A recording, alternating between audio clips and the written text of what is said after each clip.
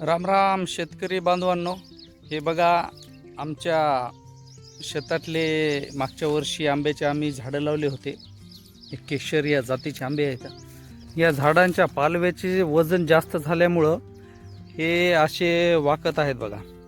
आता याला अगोदर आम्ही अशा डिकण्या दिल्या होत्या येळूच्या कमट्या, पण आता जरा पालवी जरा जास्त झाल्यामुळं ह्या झाडाचं वजन होत आहे आणि हे अशा पद्धतीनं झाडं खाली पडत आहेत बघा. मग असा हे असे वाकल्यामुळं झाडं मोडायची भीती असते आणि हे असे ह्या येळूच्या साह्याने आम्ही हे असे झाडाला आधार देत आहोत.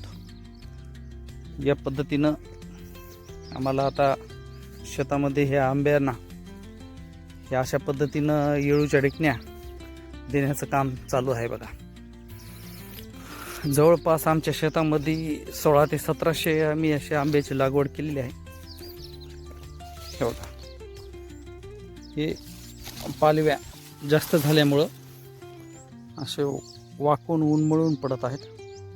त्याच्यामुळं इथं आता पक्की येळूची काठी खाली रोवून हे झाडं असे बांधावं लागणार आहेत.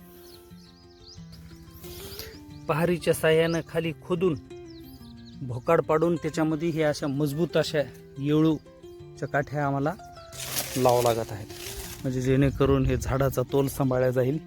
आता हे जे डोक्याच्या वर हिची हाईट गेली तर आम्हाला ह्या कमरेपासून इथून हे झाडं कट करायचे आहेत. आम्हाला इथून हे झाडं आम्ही कट करणार आहोत, जेणेकरून याला कॅनोपी जास्त प्रमाणात येईल, म्हणजे इथून अशा फांद्या येणार आहेत नवीन.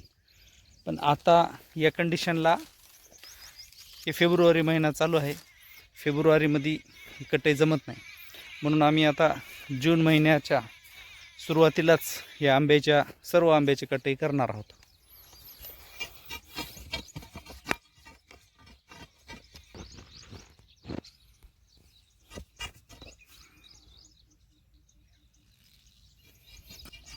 या पद्धतीने आम्ही अशी भोकाड पाडून घेतलेत.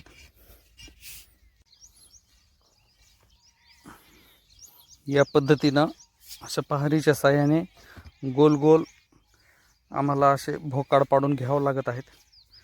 हे नॉर्मलच दर करावं लागतात, जेणेकरून ही येळूची काठी याच्यामध्ये बसल या हिशोबानं करावं लागतात. अगोदरच आम्ही पूर्ण जमीन ओली करून घेतली स्प्रिंकलरच्या साह्याने,